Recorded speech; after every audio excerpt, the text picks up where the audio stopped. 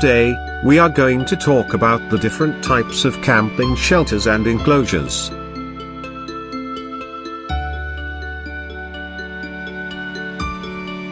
Here is Robbie, one of the OCP admin and Decathlon ambassador. He will elaborate each type to us.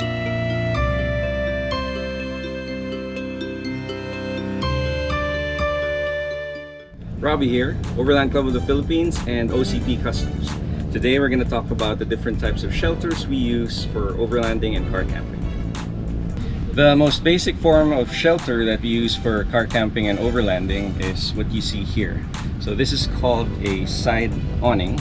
Side because it's attached to the side of your vehicle. It's the most convenient because you travel with it attached to the side of the vehicle, and once you get to your destination, all you have to do is deploy it, roll it out, set down all the poles and use some guy lines, and that's it. You have instant shelter, which you can use as living space. You can camp under here, you can cook, eat, and whatnot. So instant shelter, especially when you're out here on the beach where there are no trees.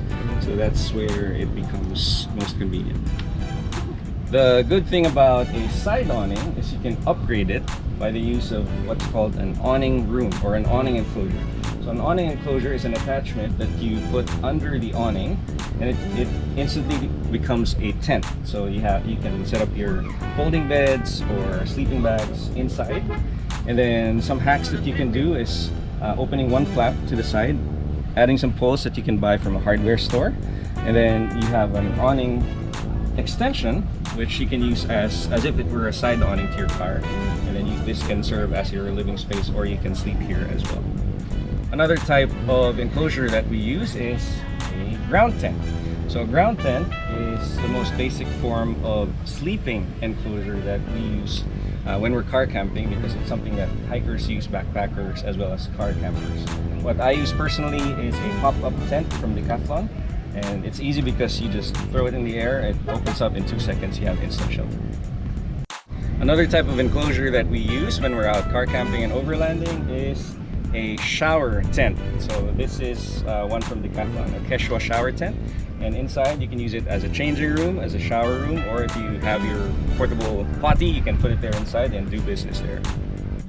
Another type of shower enclosure that we use is this one. So it's a shower awning.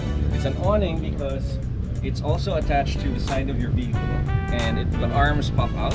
When the arms pop out, it becomes an instant shower ensuite, and you can use this similar to the shower enclosure that I showed earlier. So you can shower here, and that's it. Another type of shower enclosure that we use is this one. It's a double shower room. So as you can see, there's one room here, and there's another room over here. There's a door, the doors are there at the other side, and then there's a door in the middle, so you can have just one big shower area, or you can split it into two. You can do your wet stuff here, your dry stuff here. So shower here, get changed here, and all of your stuff will not get wet or contaminated by dirt or whatnot. You shower here. Another type of enclosure that we use is a gazebo. So a gazebo is perfect because compared to a side awning, it's not permanently attached to the side of your vehicle. So you can take it anywhere, move it around. If there's uneven ground, if you want to set up camp away from your vehicle, you're not limited by having to have it beside your vehicle. That's the advantage of a gazebo. But the disadvantage is it's not permanently attached to the vehicle. It will consume space once you pack it, and if you want to bring it along. Another type of enclosure that we use is a pop-up gazebo. The advantage of this compared to a regular gazebo is that apart from the fact that it pops up to set up, it has mesh walls. So as you can see, we use this as a kitchen cooking area because we can keep the food away from animals, stray dogs, cats, birds who can steal your food. The disadvantage is when it comes to wind, the mesh walls sometimes block a bit of the wind compared to a standard gazebo which has free-flowing air. But both you have to pack and keep inside your vehicle, and both will consume space. But those are the pros and cons of each. Another sleeping enclosure that we use for car camping and overlanding is a rooftop tent. The advantage of a rooftop tent compared to a ground tent is that when you arrive at camp, you can instantly set up tent. It's always on your vehicle. It doesn't consume additional space inside. And when the ground is full of rocks, mud, or sand, there's no cleanup that's necessary because it's always on top. And real estate in the campsite, it also saves some space because on top of your vehicle, the only thing that protrudes going down is your ladder. So there, that's what some of the, oh, by the way, air, ventilation as well. Sometimes when it's hot at the campsite and everyone is camped around you, having your tent on top, you get more air and ventilation. Other types of rooftop tents, this is what you see here is a hard shell rooftop tent. That's a clamshell. It opens this way and opens that way. There are other types, like there's a soft shell rooftop tent. There's a hard shell that pops up going to the top. And there are wedge types that open this way or this way. There's manual, and there's also an automatic type of rooftop tent where at the push of a button, it will deploy by itself. The last type of sleeping area that we use for car camping and overlanding is a trailer.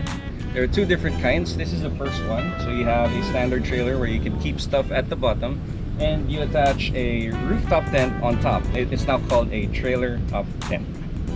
And what you see here are two types of trailers where you now can sleep inside. Compared to earlier, it's a trailer where you sleep on top.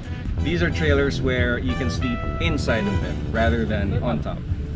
So this is a smaller version, and this is a bigger version that's also off-road spec. So if you see the ground clearance and the tires, it means you can take it to more remote areas that the standard one won't be able to normally reach.